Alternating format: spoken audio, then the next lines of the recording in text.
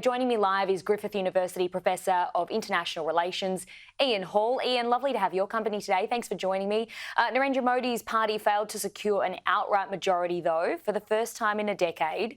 What does this represent to you? Well, that was a big surprise. I think we'd all assumed that Narendra Modi's party, the Bharatiya Janata Party, the BJP, were going to romp back into power as they'd done in 2014 and 2019. But in this case, it seems as though they've really been brought down by economic reality.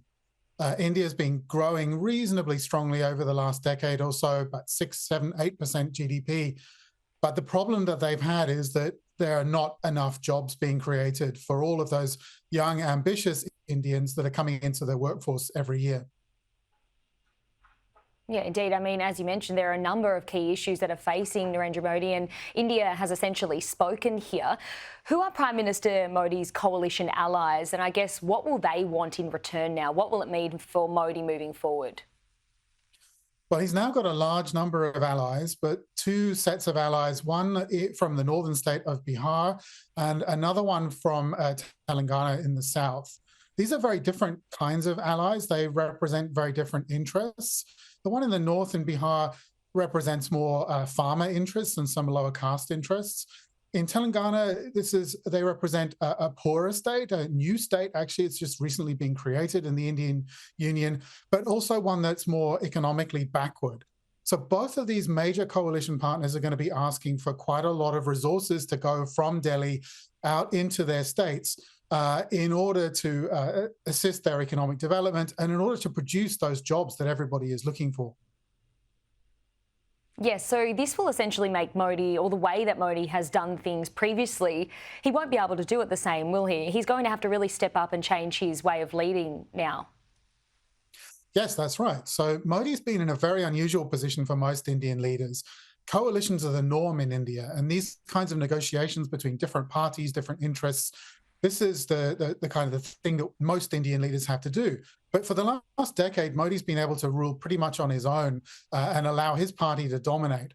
So now he's got to work with these two coalition partners. He's going to have to bring these parties into government in some sense. He's going to have to hand out ministries and allow them to control those particular areas of policy.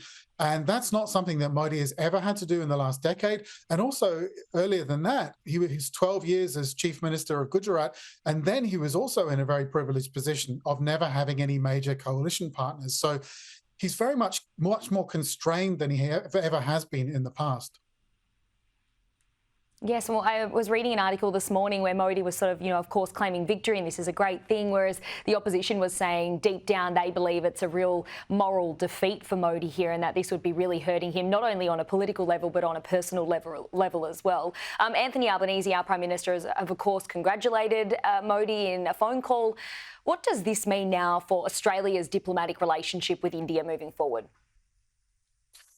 Well, that's a really good question.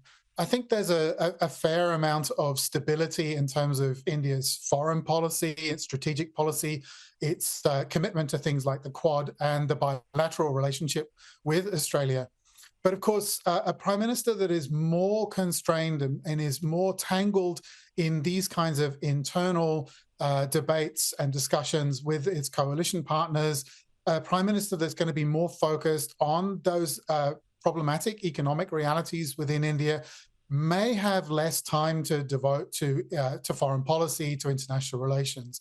So for Australia, I think we're going to have to cope with the fact that India's government may have a little bit of a less time to commit to some of the things that we're interested in. And I think we also need to start looking beyond Modi.